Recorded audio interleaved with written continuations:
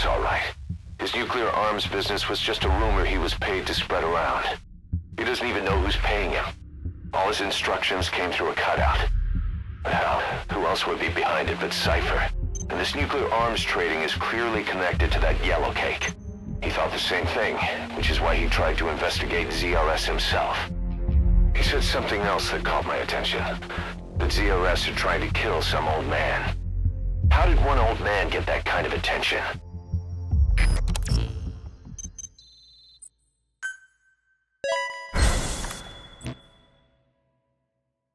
Boss, about those walker gears spreading all over Africa, Huey's got an idea for a counter-weapon. Come on back to base.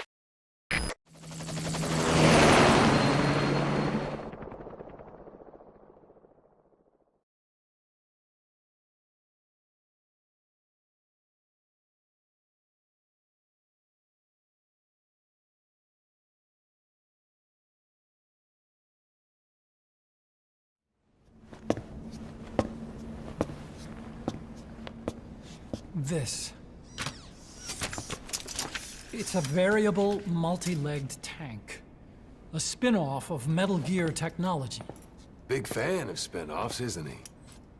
I hear he borrowed from the Soviets in Costa Rica, too. The design allows for a lot of freedom in setups. It's based around a central core unit, so you can quickly reconfigure the hardware to suit any sort of mission parameters. What the good doctor's trying to say is that it's customizable.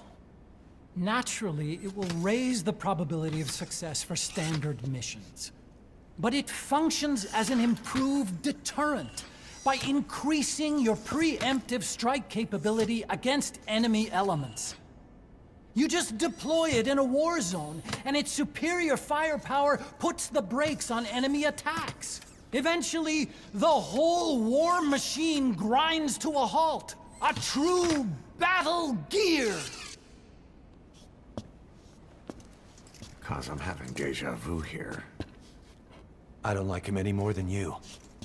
But we need this. You think it'll cut it in the field? Turning radius is better than any tanks. That's great for regional skirmishes. Tech like this is popping up all among the PFs. Best way to deal with them is to fight fire with fire.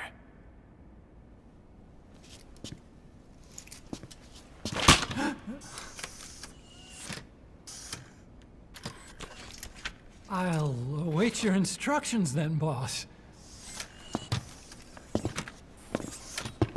So do we have your approval to commence development? Fine.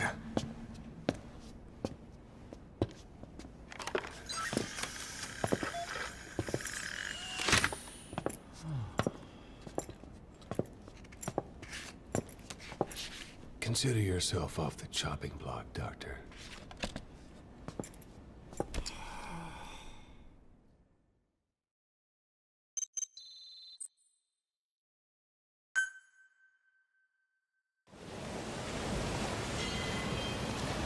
Got a new mission for you, boss.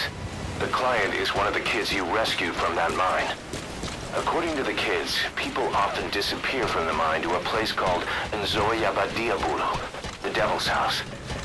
On top of that, Saner's involved with the place. Check your iDroid for the mission details.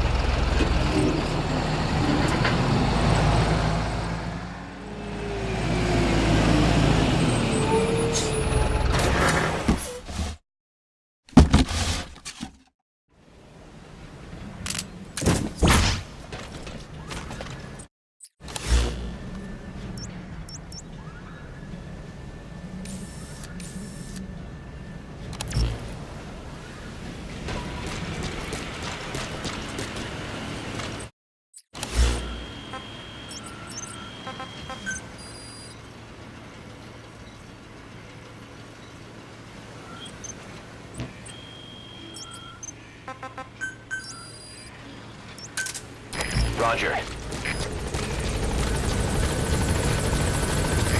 This is B-Quad. Arriving shortly at LZ.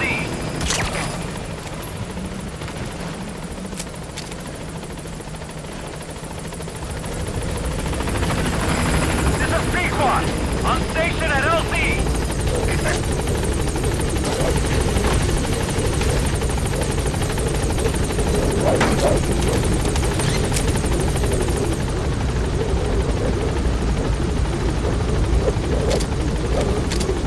Gaining altitude.